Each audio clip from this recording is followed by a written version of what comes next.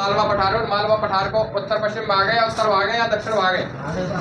मालवा पठार को जो हमारा जो हाड़ौती का पठार है वो कौन सी दिशा को भागे? उत्तर पश्चिम। ठीक है, लिखो भैया।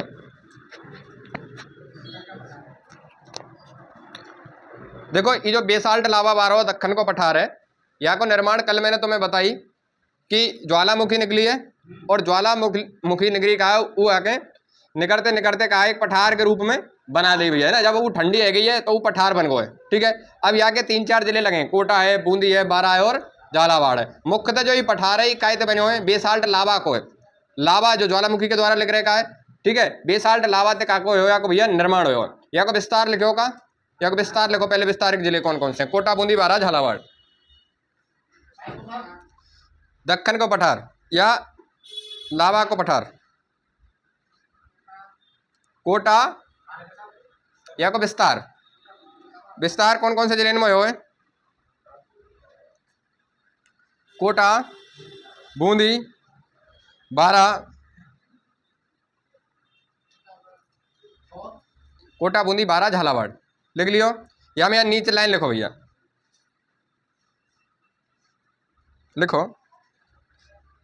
इस पठारी भाग का निर्माण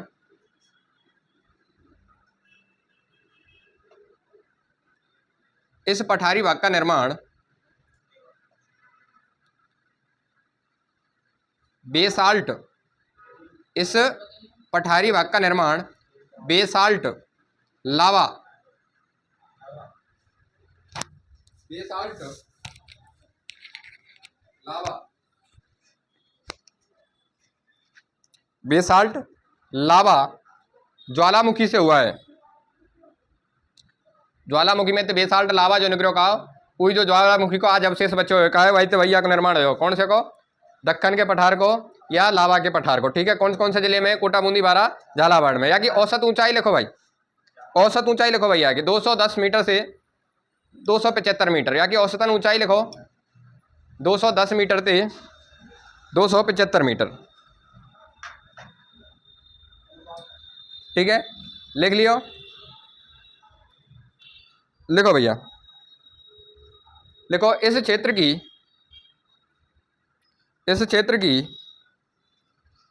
सबसे ऊंची चोटी, इस क्षेत्र की सबसे ऊंची चोटी चांदखेड़ी,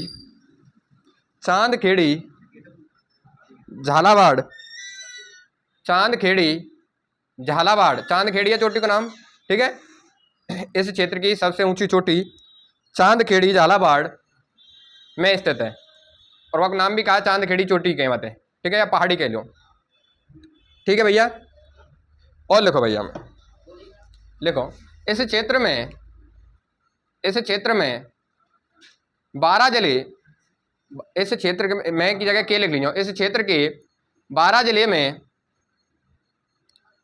में घोड़े के नाल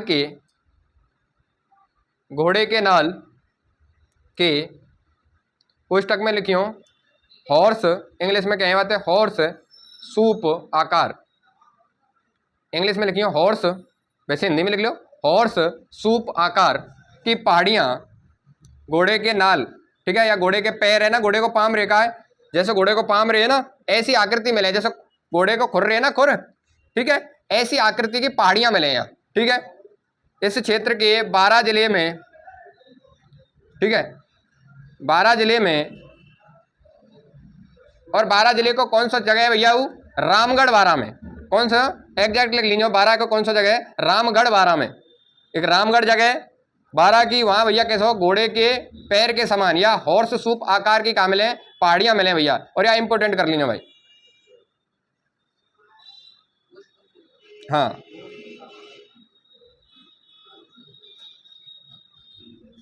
लिख लीजिए रामगढ़ बारा की, हाँ रामगढ़ बारा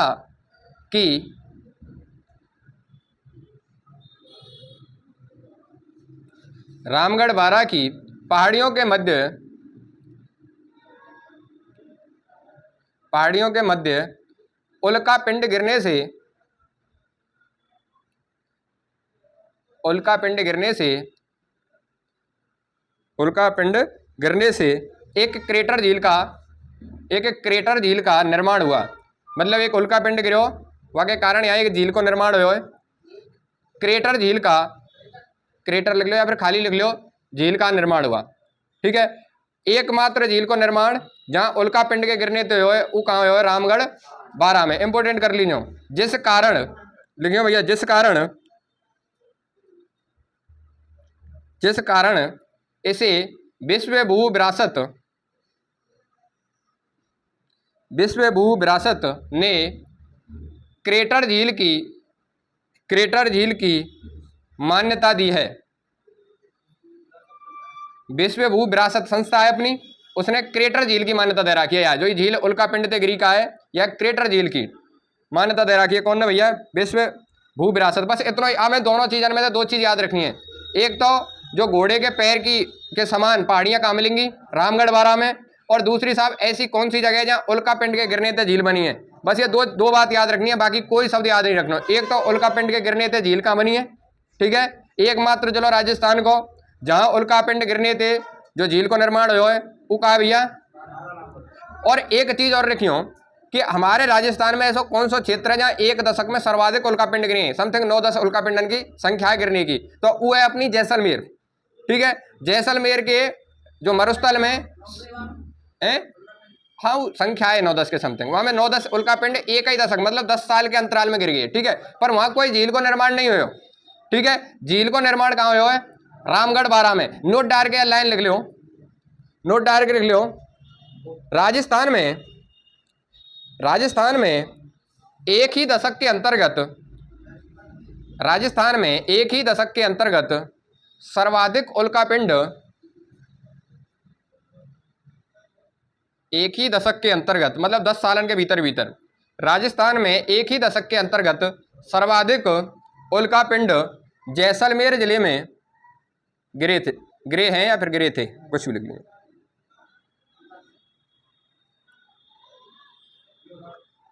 ठीक है, लिखो भैया, एक हेडिंग डाल रहा हूं, मुकुंदरा की पहाड़ियां। यही क्षेत्र में मुकुंदरा की पहाड़ियां मिल रही हैं। ठीक है, मुकुंदरा की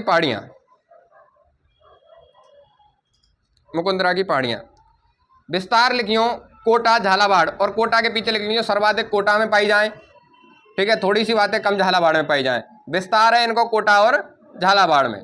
कौन सी? मुकुंदरा की पहाड़ियां। ठीक है, अब यहाँ में जो इंपोर्टेंट लाइन वो है कि यहाँ को जो निर्माण हुआ वो कहते हुए विंध्याचल पर्वत माला थे। ठीक है, तो यह चीजें लिखेंगे भैया। लिखो, इन पहाड़ियों का निर्माण विंध्याचल पर्वतमाला, इन पहाड़ियों का, कौन सी भैया? मुकुंदरा की पहाड़ियां। ठीक है, मुकुंदरा की पहाड़ियों का निर्माण विंध्याचल पर्वतमाला से हुआ है। ठीक है भैया, कल मैं कह रहा हूं तुमसे जो विंध्यन कगार भूमि है वहां को निर्माण कैसे पत्थरन तो हो भैया? कैसी पहाड़ियां मिले वहां में? बलुआ पत्थर। ठीक है, बलुआ, जाए हम इंग्लिश में क्या बोले? Lime stone. क्या बोले इंग्लिश में? Lime stone. जो हमारी है ये बने ना मुल्तानी माटी या तो बलुआ पत्थर ही रहेगी। ठीक है, जो आसानी से टूट जाए। ठीक है, ये तो बलुआ ही पत्थर रहे भैया। या तो कहा ज्यादातर या बलुआ पत्थर को यूज कायम करें सौंदर्य प्रसाधन को, जितना भी सामान बने, फेस वॉश है, क्रीम है, ठीक है, शैम्पू है, साबुन है, ये बलुआ पत्थर तैयार है। पत्थर है, किस रहे हो तुम? समझ रहे हो? पत्थर ही है भैया। व्यक्ति को जो जन्म हुआ है वो या मिट्टी से हुआ है, और सुंदर भी मिट्टी बना रही है भाई। समझ रहे हो? सही बात है नहीं? और तुम्हारे पेट भी यही मिट्टी भर रही है। समझ रहे हो? सब चीज पृथ्वी पे निर्धारित है भैया। ठीक है, अगला लिखो, एक जगह लिखो डग गंगाधर भूमि। डग गंगाधर भूमि, डग गंगाधर उच्च भूमि, डग गंगाधर उच्च भूमि। पूछा गो कि ये कौन से जिले में है, तो लिख लीजिए झालावाड़ जिले में। डग गंगाधर उच्च भूमि, यहाँ में लिखियो यह झालावाड़ का पठारी भाग है। यह झालावाड़ जिले का पठारी भाग है। यह झालावाड़ जिले का पठारी भाग है।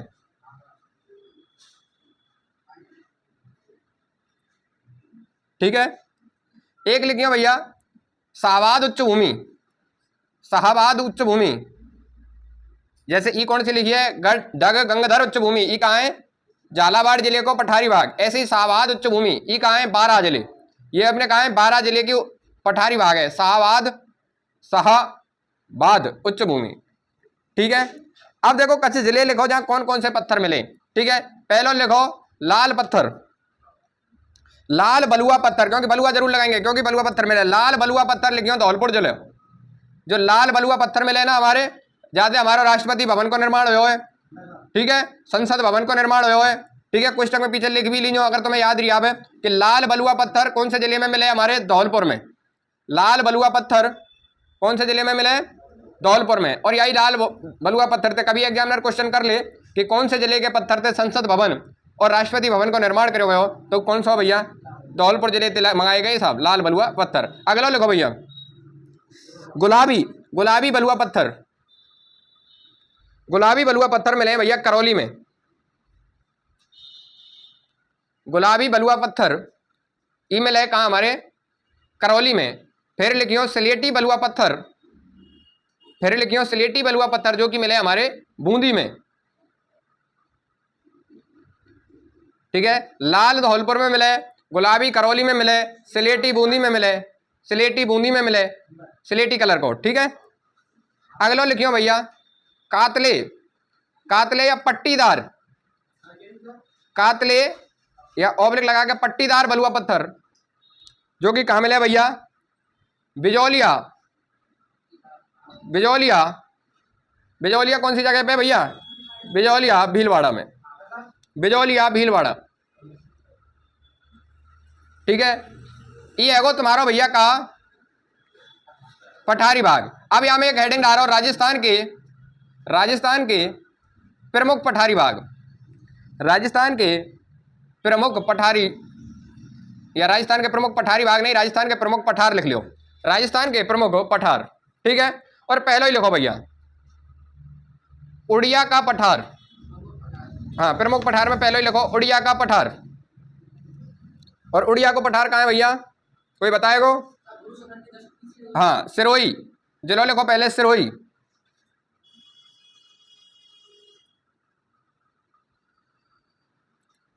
ठीक है, या कि हाइट लिखो भैया, ऊंचाई लिखो 1360 मीटर, ऊंचाई 1360 मीटर। अब यहां में एक लाइन लिखी हो, यह है राजस्थान का सबसे ऊंचाई वाला का भैया पठार है, यह राजस्थान का सबसे ऊंचा पठार है, यह राजस्थान का सबसे ऊंचा पठार है। ठीक है, क्योंकि आगे हाइट कितनी है 1360। ठीक है, या पठार के ऊपर ही जस्ट हमारी गुरु शिखर है, यही पठार के ऊपर कौन सी चोटी है हमारी, गुरु शिखर है। तो नोट डाल के यहां लिख लीजिए इस पठार के ऊपर गुरु शिखर, या फिर न्यों लिख लीजिए। देखो एक तो हमें ऐसे लिखा रहा हूं, अगर उल्टो लिखाऊं तो कैसे लिखाऊंगा कि गुरु शिखर चोटी के नीचे कौन सा पठार है, उड़िया, और ऐसे कहूं कि उड़िया पठार के ऊपर कौन सी चोटी है, गुरु शिखर। तो याद रखियो। ठीक है, तो यार कैसे भी लिख लो, यार ऐसे लिख लो कि गुरु शिखर चोटी के नीचे उड़िया पठार है, या फिर गुरु शिखर चोटी उड़िया पठार पे अवस्थित है। ठीक है, कैसे भी लिख लो, कुल मिलाकर बात यह है कि यह पठार पे स्थित है कौन सी चोटी, गुरु शिखर, और जाकी हाइट कितनी है 1722 मीटर। ठीक है, लिख लो, जाने ना लिखो दोबारा ऐसे लिख लो कि गुरु शिखर, गुरु शिखर चोटी से नीचे, चोटी से नीचे यह पठार अवस्थित है, गुरु शिखर चोटी से नीचे यह पठार अवस्थित है। दूसरा पठार लिखो भैया भोराट का पठार, भोराट, टा बनेंगे पीछे,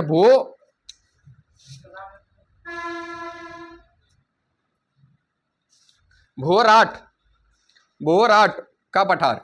ठीक है, यह लिखो भैया, ये है कहां तक लिखो, इसका विस्तार कहां तक है। हाँ, एक उदयपुर की तहसील है गोगुंदा, और गोगुंदा तो निकल रहा है भैया ही, गोगुंदा, गोगुंदा उदयपुर से कहां तक है भैया ही, कुंभलगढ़ राजसमंद के मध्य में स्थित है भैया, लिख लीजिए गोगुंदा उदयपुर से कुंभलगढ़ राजसमंद के मध्य स्थित पठार कौन सा भैया, भोराट का पठार। या मैं लिखी हूं, यह राजस्थान का या कि ऊंचाई लिखियो पहले तो भैया 1225 मीटर। लिखियो यह राजस्थान का दूसरा सबसे ऊंचा पठार है। यह राजस्थान का दूसरा सबसे ऊंचा पठार है। ठीक है, यह राजस्थान का सबसे ऊंचा, राजस्थान का दूसरा सबसे ऊंचा पठार है। अब सुनो भैया, अगर तुमसे एग्जामिनर क्वेश्चन करे कि उड़िया पठार की सबसे ऊंची चोटी को नाम क्या है, तो आंसर क्या दोगे तुम? गुरु शिखर। कि साहब उड़िया को पठार है, बाकी सबसे ऊंची चोटी को नाम क्या है? गुरु शिखर। ऐसे ही या पठार की सबसे ऊंची चोटी को नाम लिखियो भैया, कि जो या पठार पे ऊपर है तो वह चोटी को नाम है जरगा। ठीक है, जरगा पहाड़ी या जरगा चोटी, तो यहाँ पे लिखियो भैया इस पठार की सबसे ऊंची चोटी। और जरगा कौन से जिले में पड़ा है भाई, कोई बता सके? उदयपुर में। ठीक है, इस पठार की सबसे ऊंची चोटी जरगा, जरगा चोटी, जाकी हाइट कितनी है भैया? 1442 मीटर। ठीक है, बाकी 1722 ही, या कि 1442 मीटर। ठीक है, तीसरा पठार लिखियो भैया, तीसरा लिखो आबू का पठार, जहां पे आबू शहर बसे हुए है। आबू का पठार कौन से जिले में भैया? सिरोही में। आबू का पठार, आबू का पठार कौन से जिले में? सिरोही में। हाइट लिखियो भैया, ऊंचाई लिखो कि 1200 मीटर। ऊंचाई लिखो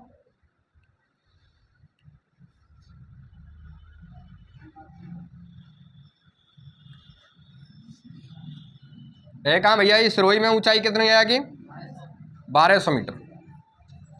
ठीक है, लिखो इस पठार पर राजस्थान का सबसे ऊंचा शहर,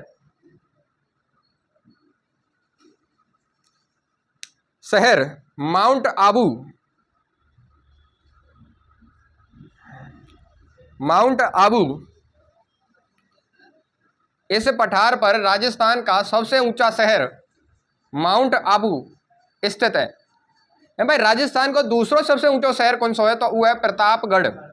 राजस्थान को अगर कोई सेकंड पूछ ले तुमसे कि सेकंड भैया हाइट में ऊंचा शहर कौन सा है, एक तो ये है और दूसरा है कौन सा? प्रतापगढ़। ठीक है, वो या पठार पे ना है, बस इतना याद रखियो, या पठार पे तो ये कौन सा है? माउंट आबू। और माउंट आबू को उपनाम कहा रहे हैं भैया, माउंट आबू हम कहा गए हैं? राजस्थान को क्या नाम से जाने माउंट आबू है? राजस्थान का शिमला।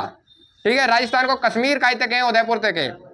ठीक है, तो लिख लीजिए भैया राजस्थान का शिमला कौन है भैया? माउंट आबू। माउंट आबू में एक झील है, माउंट आबू में एक झील है, और जो राजस्थान की सबसे ऊंचाई पर स्थित झील है, और राजस्थान की एकमात्र झील है जहां में बर्फ जम जाए, जाके पानी में काजी जम जाए, बर्फ जम जाए। तो कौन सी झील है भैया? नक्की झील। तो लिख लीजिए इस पठार पर राजस्थान की सबसे ऊंची झील नक्की झील अवस्थित है।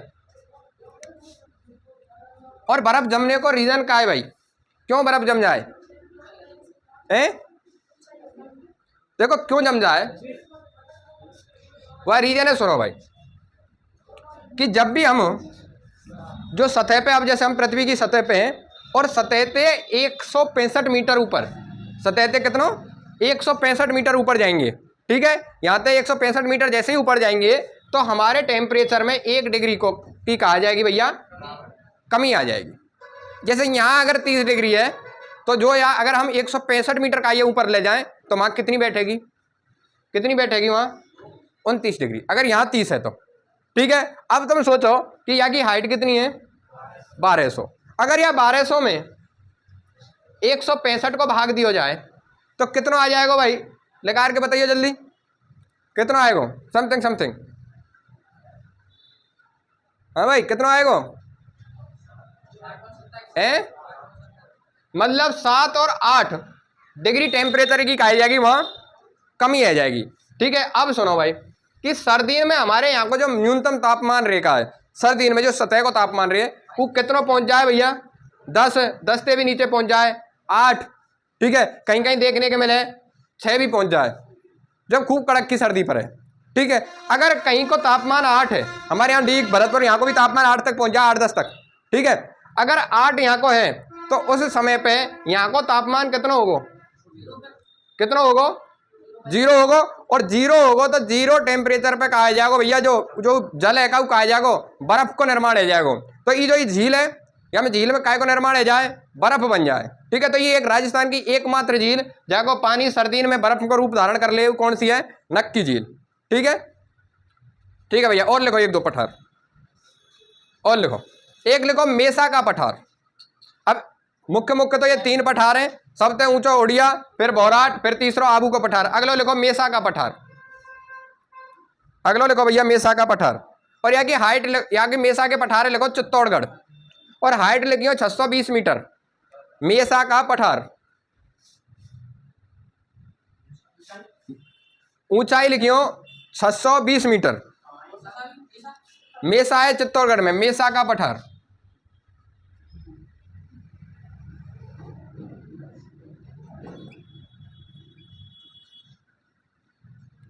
ठीक है, यहाँ की हाइट कितनी है भैया, 620 मीटर। ठीक है, या पठार पे चित्तौड़ को एक किलो स्थित है, कौन सा किलो है, चित्तौड़गढ़। ठीक है, चित्तौड़ को किलो।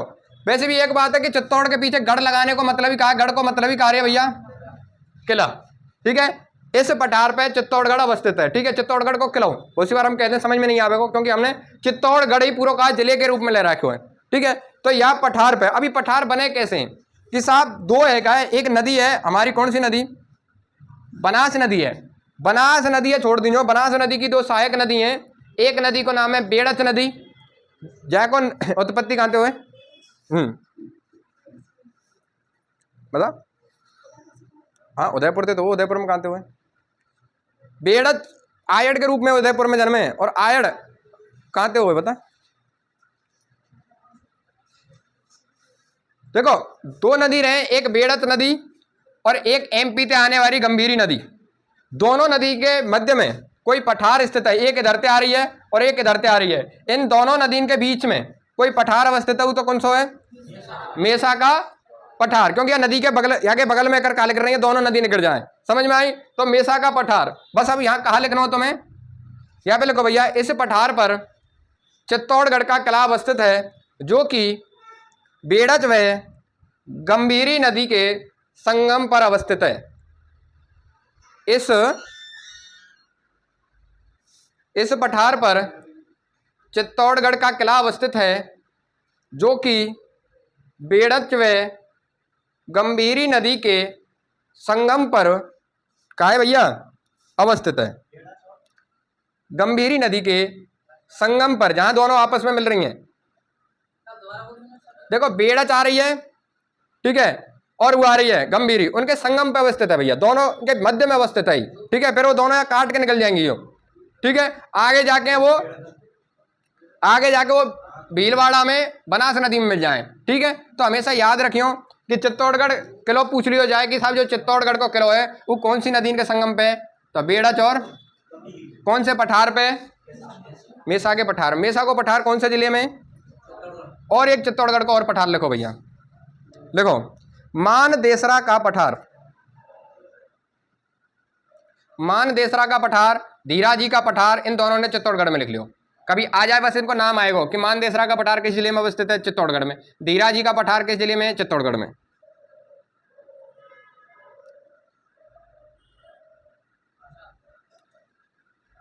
ठीक है, ये तीनों है चित्तौड़ में। याद इंपोर्टेंट कौन सा है, मेसा। एक तो मानदेसरा का पठार और एक है धीराजी का पठार। धीराजी का पठार है कई की, हाँ 1442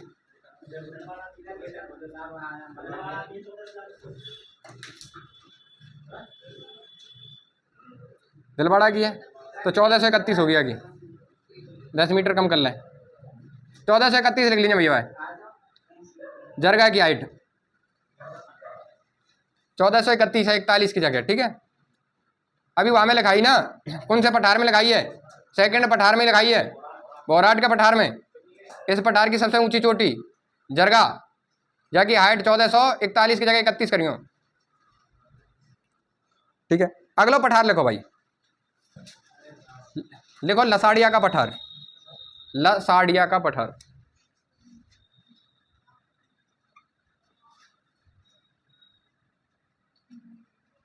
और भैया यह इंपोर्टेंट कर लिया, वर्तमान में ही कौन से जिले में आया हुआ है? सलूम्बर, नवीनतम जिलों बने हुए सलूम्बर, और सलूम्बर में आया हुआ, ठीक है। ठीक है, या कि एक लाइन लिखी हो नीचे, जयसमंद, एक जयसमंद झील है, पहले तो काय में ही हूँ उदयपुर में, अब काय में आ गई है, और यह जयसमंद झील है, और एक नाम से जाने जाए डेवर झील, क्योंकि डेवर दर्रा के निकलने के कारण। जयसमंद झील के पूर्व या पूर्वी, लिखे पूर्वी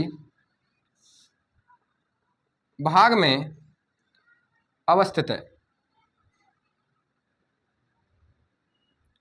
ठीक है, क्या याद रखें भैया। पूछेगा कि जो जयसमंद झील है वह के पश्चिम में अवस्थित है या पूर्व में अवस्थित है, तो कित का अवस्थित है लसाड़िया को पठार, जहाँ जयसमंद झील है वह के बगल में पूर्व की दिशा में चले जाइए, वहाँ का आई लसाड़िया को पठार। यहाँ में इंपोर्टेंट ई है खाली पूर्वी दिशा, ठीक है। अगला लिखिए भैया ऊपर माल का पठार, ऊपर माल का पठार,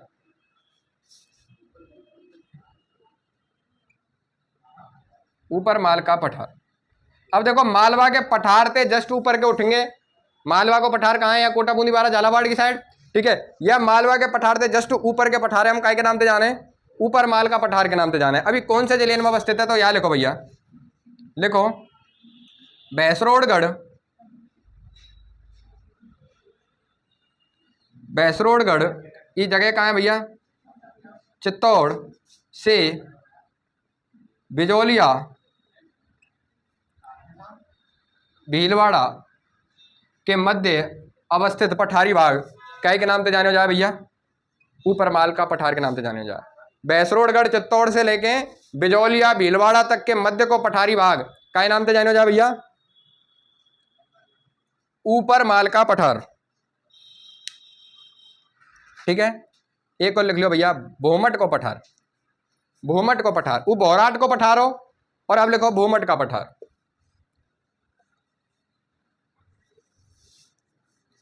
भोमट का पठार। या चला लो ना यार, अच्छा लिखो भोमट का पठार। चलो या ये करा के आएगा, फिर वैसे ही करा लें, लिखवाएंगे ना तुम पे। लिखो भोमट का पठार, लिखो भैया उदयपुर सलूम्बर, भोमट का पठार या को विस्तार, उदयपुर जलो सलूम्बर डूंगरपुर, उदयपुर सलूम्बर डूंगरपुर व सिरोही, सिरोही जिलों में, सिरोही जिलों में फैला पठारी भाग जहां भील जनजाति निवास करती है वह भोमट का पठार कहलाता है। उदयपुर सलूम्बर डूंगरपुर व सिरोही के मध्य फैला पठारी भाग जहां भील जनजाति निवास करती है वो क्या कहलावे भैया, भोमट का पठार। कभी भी कोई पूछ ले कि भील जनजाति कौन से पठार पे निवास करे, भोमट को पठार, मतलब भील जहाँ भीलन की जनसंख्या ज़्यादा मिले तो यही क्षेत्र में मिलेगी। सर्वाधिक अगर भील कहीं मिले, अगर कहीं ST SC की जनसंख्या मिले उदयपुर जिले डूंगरपुर बांसवाड़े इन्हीं क्षेत्र में भील जनजाति ज़्यादा मिले, ठीक है। तो यहाँ जहाँ पठार पे ये निवास कर रहे कहाँ बात है, हम कहा कहें भोमट का पठार। अब एक दो पठार और हैं उन्हें कल लिख लीजिए, जैसे एक है कांकनवाड़ी को पठार या क्रंसका को पठार, जाते हम कहते हैं कहाँ है वो, अलवर, ठीक है। और कोई पठार खास है ना, ठीक है, गर्मी विशेष है ना,